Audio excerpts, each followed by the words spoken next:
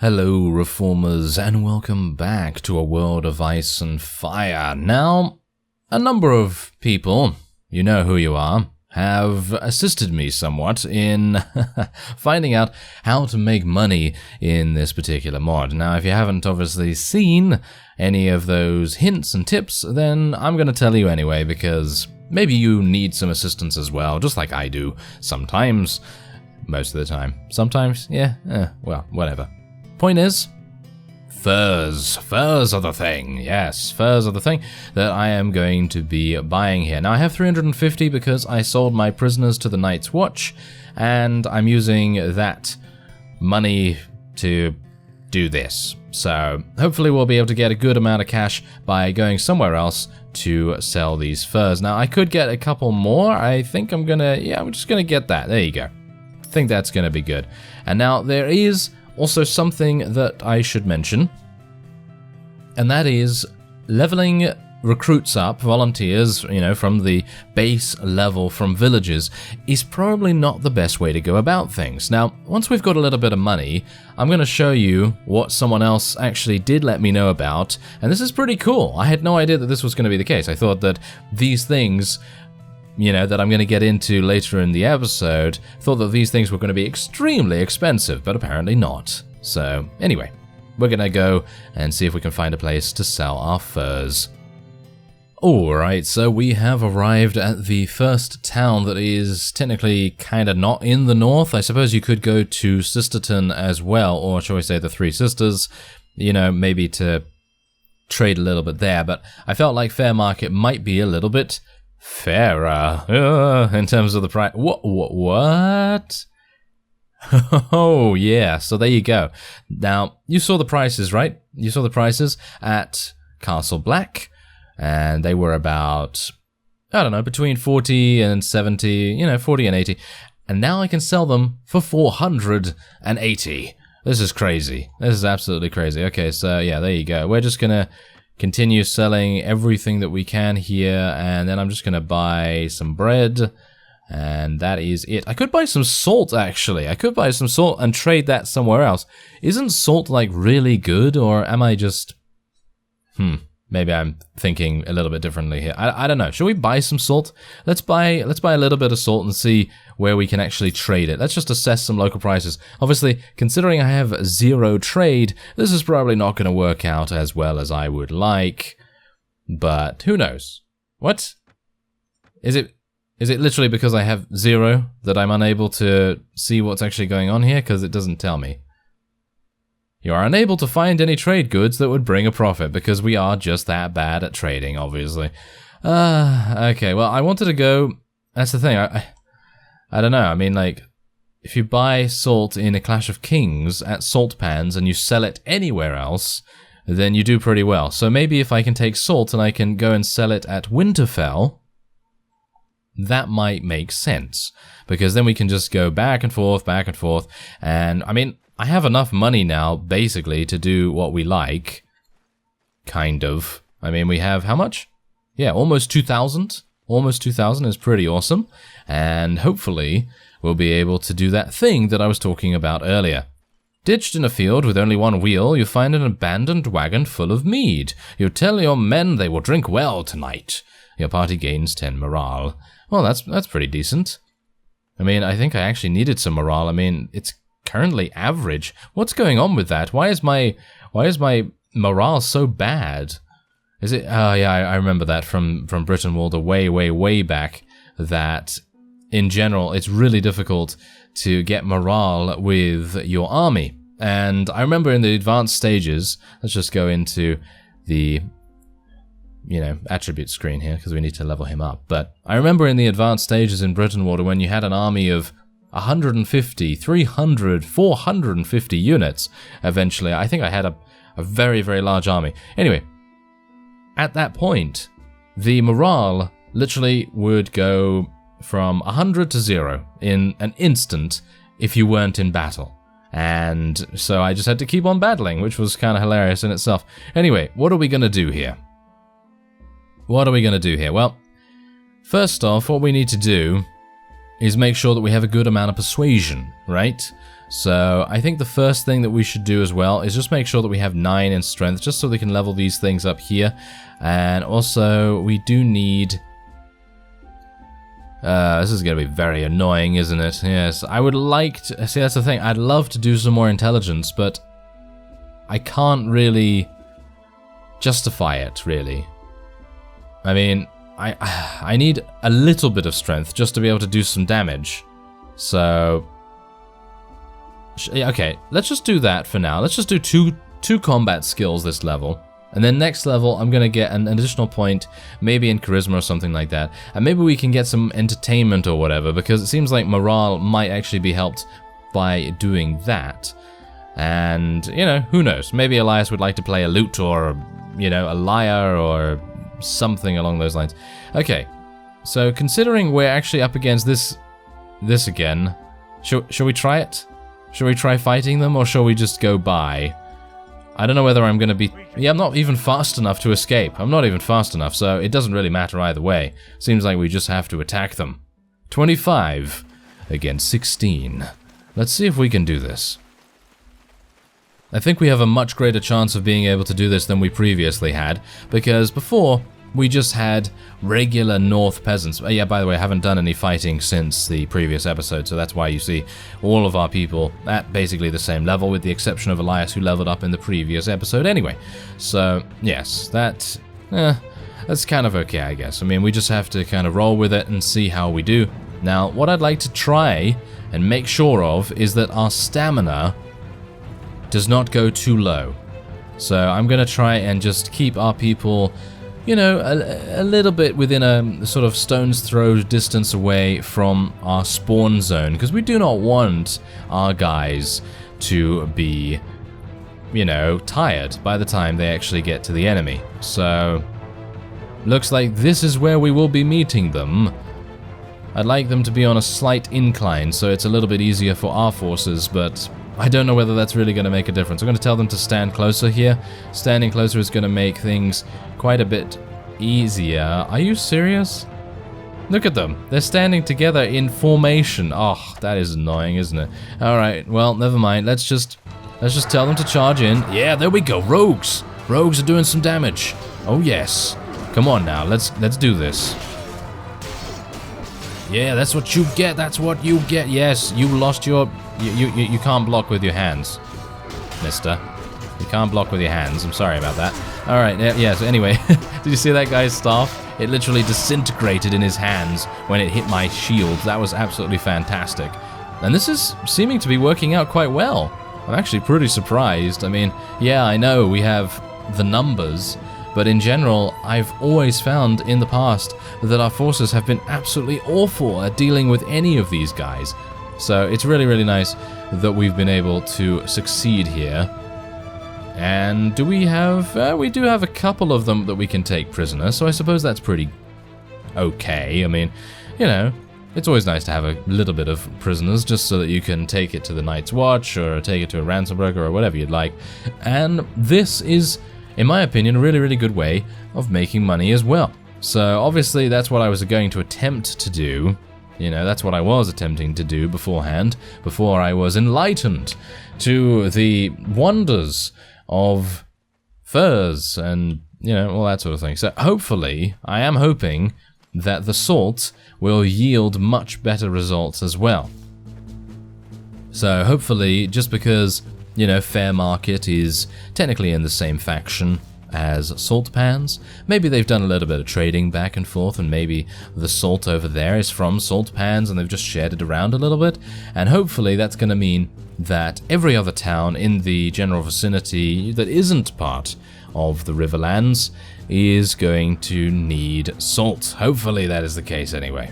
I mean, I don't want to give them, like, heart disease or something, because obviously, you know, salt does that. I mean, I'm actually a big fan of salt. I like salt. I am a bit salty sometimes, but I'm talking about on food right here. Yes, talking about on food. Anyway, we did kill 3, which is actually not bad. I mean, out of 16, killing 3, it's okay, considering we're not exactly the greatest fighter.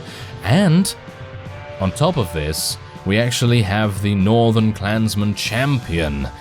as a prisoner, which is actually really cool. Anyway, let's just get all of these things and actually gained some pretty nice leather here. Now bear in mind, however, that this is going to give us penalties in certain skills because of the quote-unquote realism settings. Yes, realism.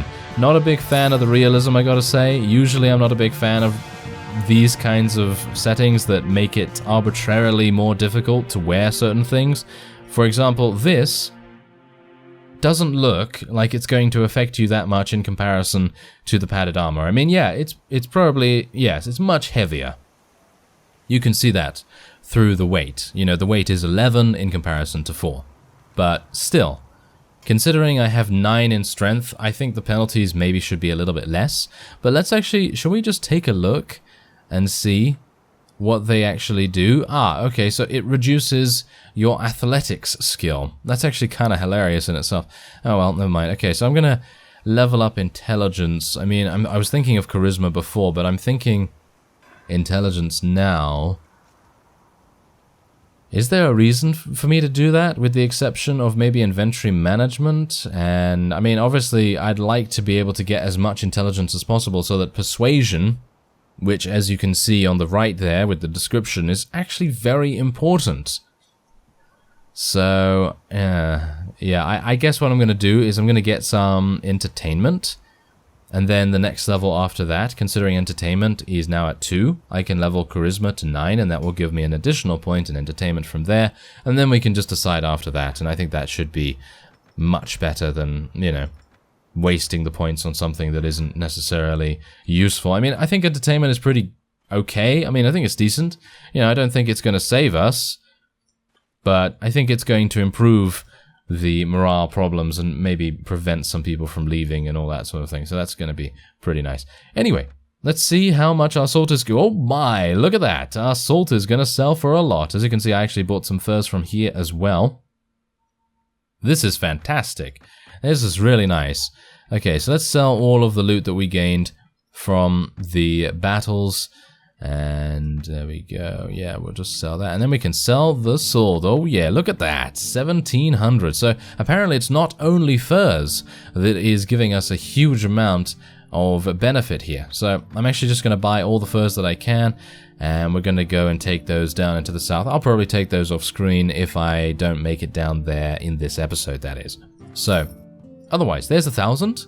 That is great. That is really, really fantastic. And I think what I'd like to do is not just yet, not that just yet, but you'll see what that menu is all about in just a second. What I'd like to do first is try and find the guild master.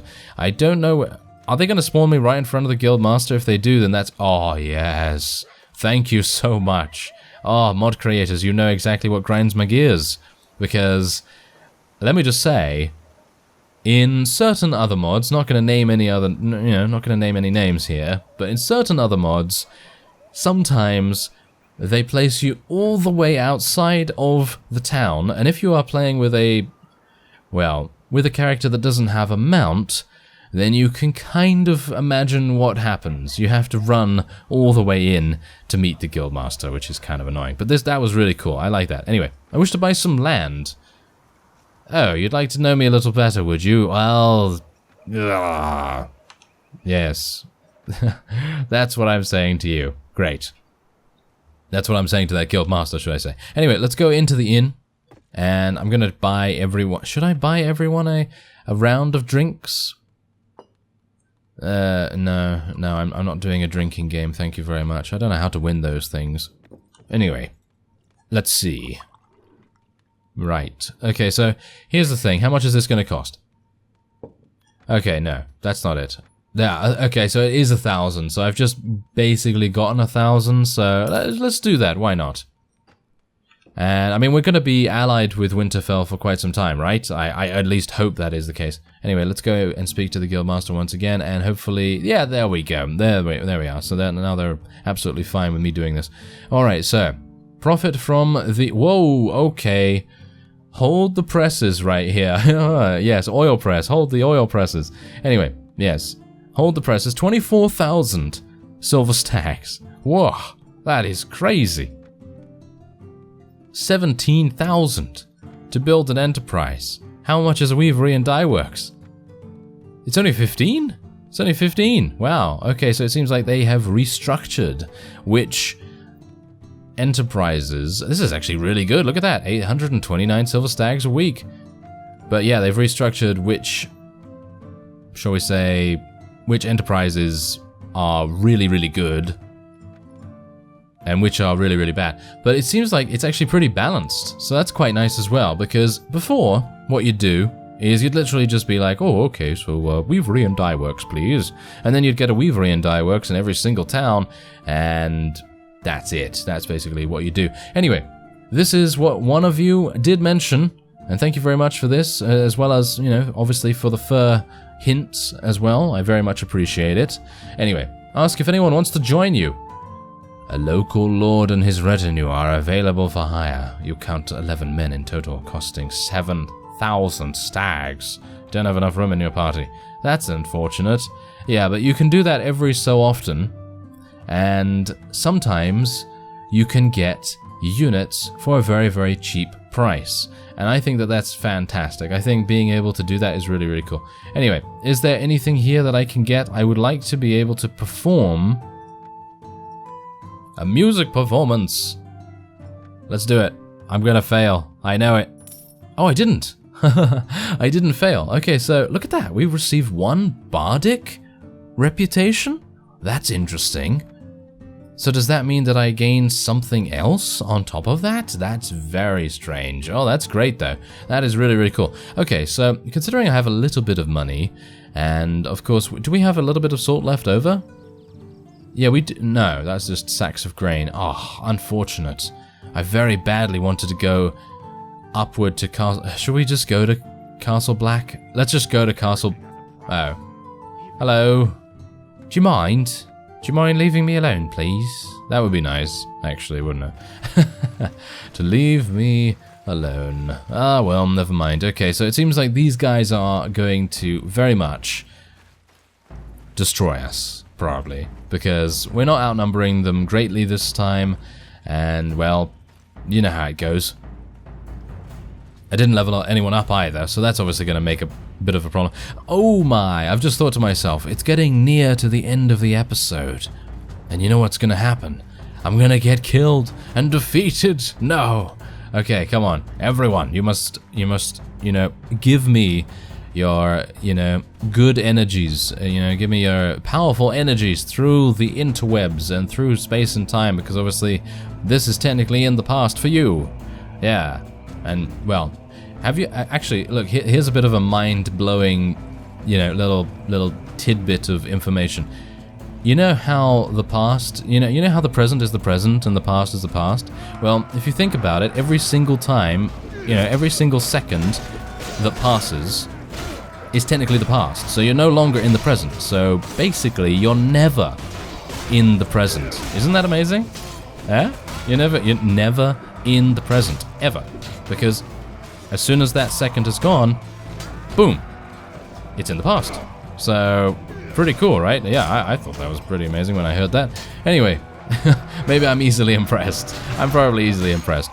Anyway, yes, that was, yeah, that was pretty awesome. Anyway, there we go. We are actually working pretty nicely here, and it seems the secret to doing pretty well in terms of these early fights, maybe partially, is telling your units to stand closer a little bit. Because telling your units to stand closer obviously does mean that they have much more opportunity to help each other and to focus the same exact unit. Because in the case of the, shall we say, hardened champion unit, you know, he's an absolutely amazing fighter.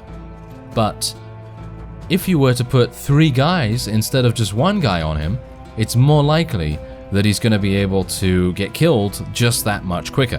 Because otherwise, he's going to be just slaughtering one-on-one over and over and over. And it's really, really nice to see that we have a bit of a strategy now. So let's take some more of these guys here.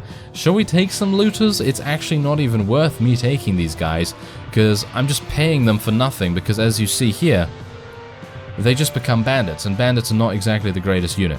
So I'm just going to level these guys up now that we have actual money. Isn't it fantastic to have actual money? And let's get some Northern Footmen, shall we? Sounds good to me. Alright, so we have 1,000 left, which is pretty good. Clansman leather. Ooh, very nice. I don't really want to wear... Oh, it is actually the same exact thing. Oh well, never mind. I was going to say, I don't really want to wear enemy garments, but apparently I am wearing enemy garments already. It might just be a bit tactic? Might just be a little bit tattered. Yeah, that's what I meant to say. Thank you very much. Okay, so... let's move on. No, don't get stopped by them, by bandits. I could actually fight them.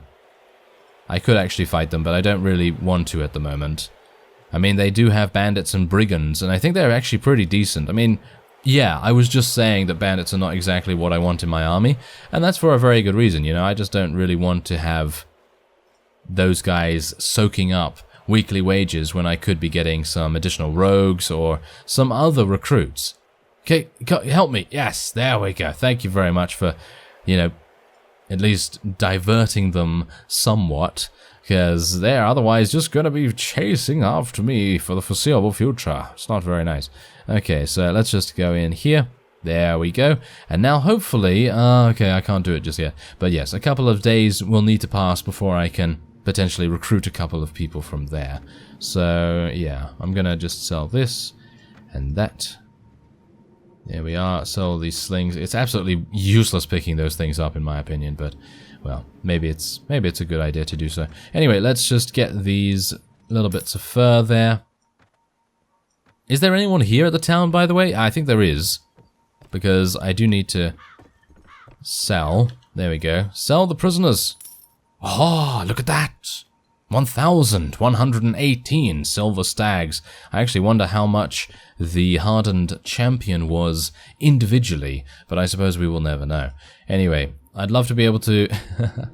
I'm not gonna buy a donkey. I'd love to be buying a donkey or a mule or something, but I just can't justify it, really, can I? I really can't justify it. I'd like to get a shield, maybe, but these shields are pretty expensive. This might actually work, because I'm using a battered, plain, round shield at the moment, which is pretty awful. But it does have size 100 and speed rating of 90, whereas this has a speed rating of 55. What's actually going on there with the speed rating? It seems a bit weird. Huh. I mean, it's got a lot more HP, and the resistance is a little bit better. The size is absolutely fantastic. I don't even know what the speed rating is doing. I suppose it is for the shield bash, perhaps? Maybe it's for the shield bash. Okay, we're going to buy this. I'm actually going to use 2 shields, because I have a pretty decent weapon at the moment, and I'd like to make sure that we're going to stay alive decently enough. Now, before we end this episode, I'd like to take a look at the armor here. And we're actually wearing the best armor we can get, with the exception of this. And that is just super expensive and gives you a huge amount of penalties in certain skills. Let's take a look at the faction blacksmith, however. The reason why I'm doing this is because I want to see what strength requirement these things have, so that I know what I need to go for. So for example, if I want to get a Night's Watch Bernie right here, then I need about 12 strength. Yeah, 12 strength seems about right to me, and we can get a Night's Watch banner as well as some padded armor and so on and so forth. But yes, I'm probably going to be attempting to save up for this piece of armor, because it just it looks fantastic, doesn't it? It looks fantastic. I'd like to see some other armor types as well. I'd like to see maybe a helm and some gloves to match the torso armor, but obviously that's, you know, I don't know anything about modding in general, so it's really spectacular, the job that they've done already. Anyway, I thank you very much for watching, and I will see you next time.